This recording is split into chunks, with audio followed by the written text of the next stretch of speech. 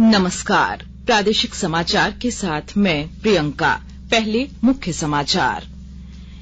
केंद्रीय खाद्य और सार्वजनिक वितरण मंत्री अश्विनी चौबे ने कहा, राज्य में खाद्यान्नों की भंडारण की क्षमता बढ़ाने के लिए केंद्र सरकार प्रयासरत।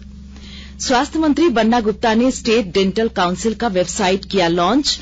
कहा, अभ्यास कर रहे फर्जी दंत चिकित्सकों को चिन्हित कर कठोर कार्रवाई करें। एआईएफएफ ने झारखंड फुटबॉल संघ को किया पत्र जारी। संतोष ट्रॉफी एवं नेशनल विमेंस चैंपियनशिप में झारखंड की टीमों के खेलने पर लगाई रोक। और इंडोनेशिया ओपन बैडमिंटन प्रतियोगिता में विश्व चैंपियन पीवी सिंधु और किदाम्बी श्रीकांत भारतीय चुनौती की करेंगे अगुवाई। और समाचार से पहले एक जरूरी संदेश। देश ने कोविड टीकाकरण अभियान के अंतर्गत 110 करोड़ टीका लगाने का लक्ष्य हासिल कर इतिहास रचा है। इस महत्वपूर्ण कार्य में योगदान करने वाले चिकित्सकों, नर्सों और अन्य स्वास्थ्य कर्मियों का आकाशवाणी अभिनंदन करता है। इसके साथ ही हम आपको सतर्क भी करना चाहते हैं कि कोविड अभी समाप्त नहीं हुआ है। आप सभी से हमारी अपील है कि यथाशीघ्र दोनों टीके लगवाएं और अन्य लोगों को भी टीके लगवाने के लिए प्रेरित करें। त्योहारों के समय कृपया इन 3 आसान उपायों का पालन अवश्य करें। मास्क पहनें, 2 गज की सुरक्षित दूरी बनाए रखें, हाथ और चेहरा साफ रखें।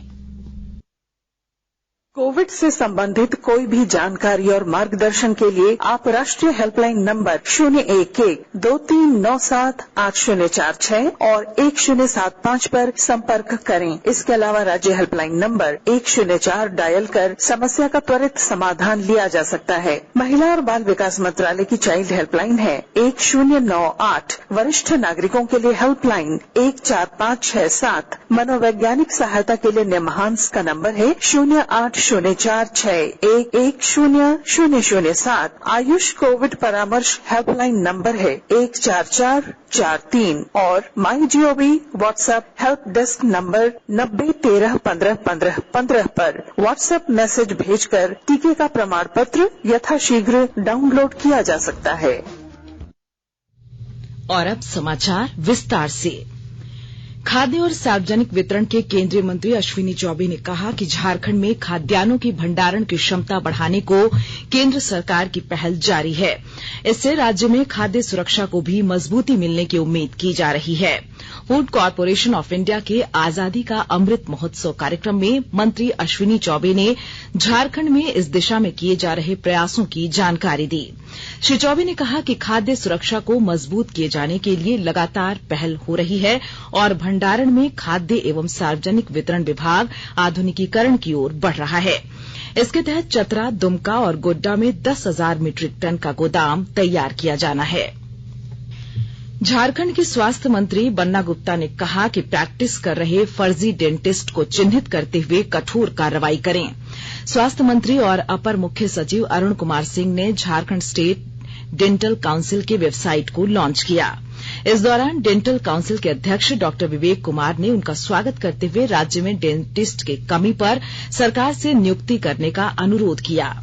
साथ ही कहा कि ऑनलाइन की सुविधा शुरू होने से डेंटिस्ट को काफी सहूलियत होगी। सड़क परिवहन और राजमार्ग मंत्री नितिन गडकरी ने कहा है कि भारतमाला के चरण 1 और 2 के अंतर्गत 65,000 किलोमीटर राष्ट्रीय राजमार्ग का निर्माण किया जा रहा है।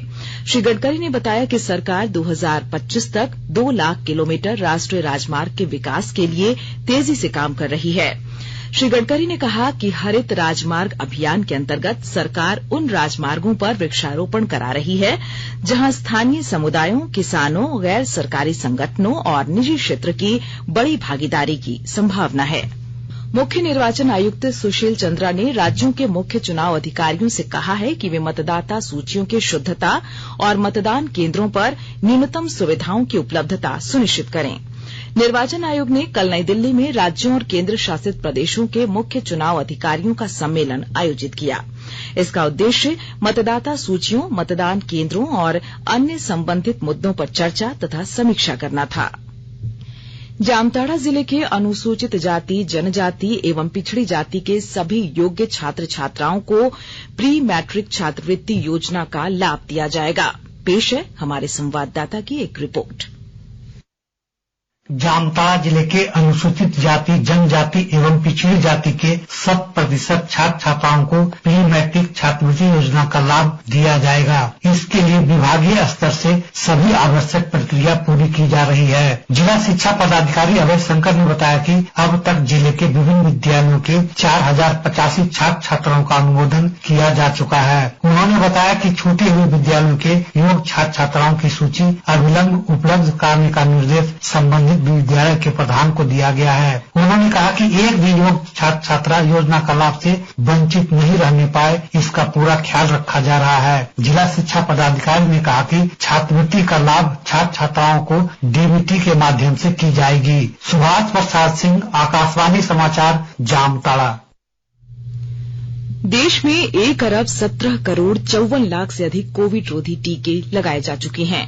इनमें से 76 करोड़ 80 लाख टीके पहली डोज के रूप में और 40 करोड़ 74 लाख टीके दूसरी डोज के रूप में लगाए गए। केंद्रीय स्वास्थ्य मंत्रालय ने बताया कि कल 63 लाख से अधिक टीके लगाए गए। आकाशवाणी के ताजा तरीन समाचारों के लिए आप हमारी वेबसाइट newsonair.com पर लॉग ऑन कर सकते हैं। ताजा समाचार Twitter handle @AIR news alerts और Facebook page All India Radio news पर भी उपलब्ध है। आप प्रादेशिक समाचार एकांश के Twitter handle @AIR news _Ranchi और फेसबुक, इंस्टाग्राम पेज तथा YouTube channel AIR news Ranchi पर भी हमारे बुलेटिन सुन सकते हैं।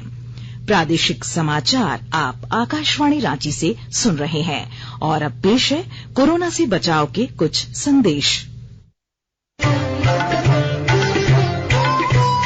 कोविड-19 से बचाव और सुरक्षित रहने के 3 उपाय। मास्क लगाएं, 2 गज दूरी है जरूरी, सुरक्षित दूरी रखें, हाथ और मुंह साफ रखें।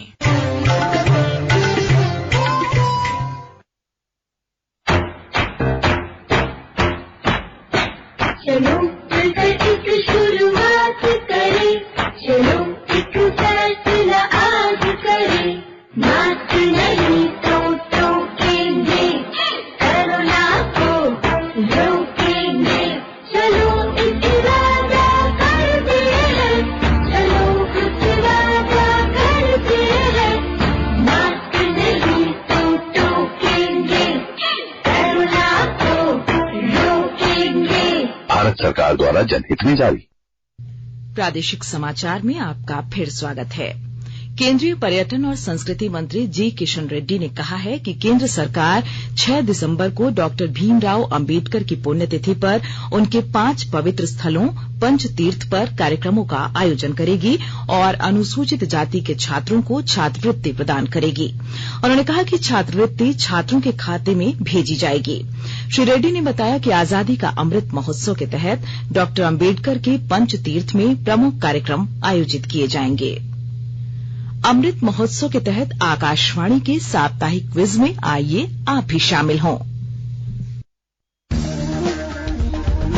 आजादी के 75 वर्षों का पर्व अमृत महोत्सव प्रत्येक बुधवार शाम 7 बजे प्रसारित होने वाले प्रादेशिक समाचार के दौरान पूछे गए प्रश्न का सही उत्तर देने वाले प्रथम 10 प्रतिभागियों में से लकी ड्रॉ द्वारा चुना हुआ एक प्रतिभागी इनाम का हकदार होगा।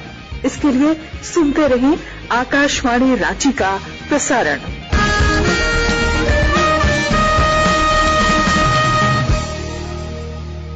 आजादी का अमृत महोत्सव के लिए सभी उपभोक्ताओं को शुभकामनाएं। हॉलमार्क सोने की शुद्धता सुनिश्चित करता है। हमेशा हॉलमार्क वाले सोने के आभूषण खरीदें। उपभोक्ता किसी भी शिकायत के लिए कृपया राष्ट्रीय उपभोक्ता हेल्पलाइन टोल फ्री नंबर 14404 पर संपर्क करें। उपभोक्ता मामले विभाग, भारत सरकार द्वारा जनहित में जारी। जागो ग्राहक जागो। झारखंड में टाउन प्लानर नियुक्ति परीक्षा परिणाम को चुनौती देने वाली याचिका पर झारखंड हाईकोर्ट में कल सुनवाई हुई। अदालत ने सभी पक्षों को सुनने के बाद झारखंड लोक सेवा आयोग से यह जानना चाहा कि विज्ञापन में दिए गए शर्त के बावजूद अभ्यर्थी को कैसे छूट दी गई। इसके लिए सरकार से अनुमति ली गई थी या नहीं। उन्हें 7 दिसंबर से पूर्व यह बताने को कहा है। सभी पक्षों की सहमति से 7 दिसंबर को मामले की विस्तृत सुनवाई के लिए तिथि निर्धारित की गई है। झारखंड लोक सेवा आयोग की ओर से अदालत को जानकारी दी गई है कि परीक्षा की प्रक्रिया पूर्ण कर ली गई। नियुक्ति की अनुशंसा सरकार को भेज दी गई है। याचिकाकर्ता के अधिवक्ता ने अदालत को बताया कि यह परीक्षा का जो परिणाम है वह गलत है। इस परीक्षा के परिणाम को रद्द कर दिया जाना चाहिए। प्रवर्तन निदेशालय ईडी ने मिड डे मील के लगभग 100 करोड़ के घोटाला मामले में भानु कंस्ट्रक्शन के ठिकाने पर छापेमारी की। यह मामला सितंबर 2017 का है। मिड डे मील के करीब 100 करोड़ रुपए एसबीआई धुरवा ब्रांच से भानु कंस्ट्रक्शन के 34 खातों में अवैध तरीके से स्थानांतरित कर दिए गए थे। इसे लेकर पहले धुरवा थाना में प्राथमिकी दर्ज कराई गई थी। बाद में मामले की जांच सीबीआई ने अपने हाथ ले ली थी। इस मामले में बैंक के अफसरों की भी संलिप्तता थी। बैंक के 2 अफसरों को निलंबित कर दिया गया था। झारखंड फुटबॉल संघ और टीम से अखिल भारतीय फुटबॉल महासंघ एआईएफएफ संतुष्ट नहीं है।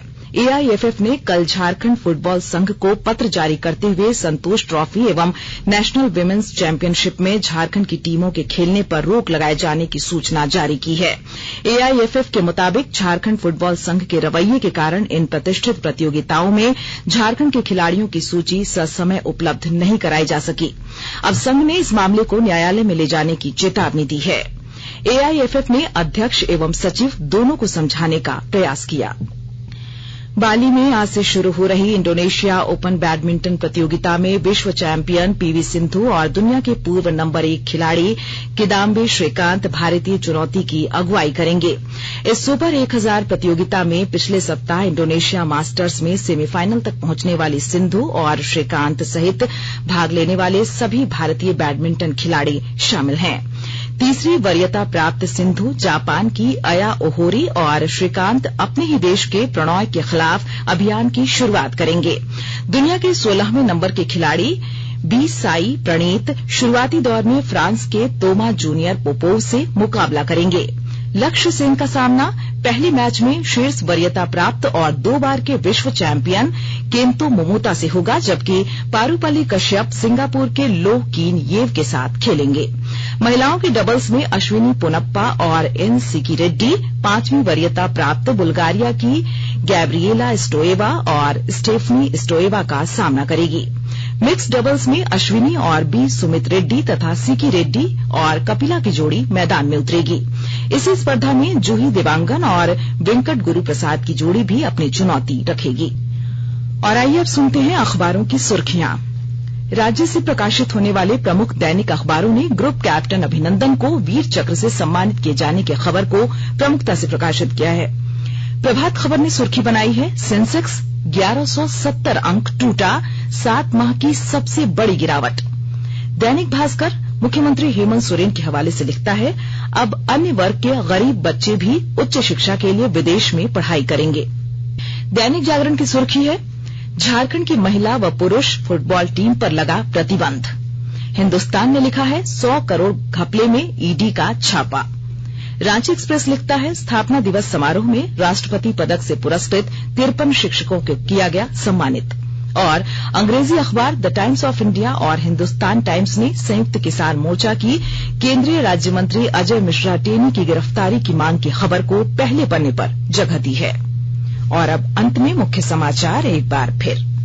केंद्रीय खाद्य और सार्वजनिक वितरण मंत्री अश्विनी चौबे ने कहा कि राज्य में खाद्यान्नों की भंडारण की क्षमता बढ़ाने के लिए केंद्र सरकार प्रयासरत। स्वास्थ्य मंत्री बन्ना गुप्ता ने स्टेट डेंटल काउंसिल का वेबसाइट किया लॉन्च, कहा अभ्यास कर रहे फर्जी दंत चिकित्सकों को चिन्हित कर कठोर कार्रवाई करें। एआईएफएफ ने झारखंड फुटबॉल संघ को किया पत्र जारी, संतोष ट्रॉफी एवं नेशनल विमेन्स चैंपियनशिप में झारखंड की टीमों के खेलने पर लगाई रोक। और इंडोनेशिया ओपन बैडमिंटन प्रतियोगिता में विश्व चैंपियन पीवी सिंधु और किदाम्बी श्रीकांत भारतीय चुनौती की करेंगे अगुवाई। इसके साथ ही आकाशवाणी रांची से प्रादेशिक समाचार का ये बुलेटिन समाप्त हुआ। नमस्कार।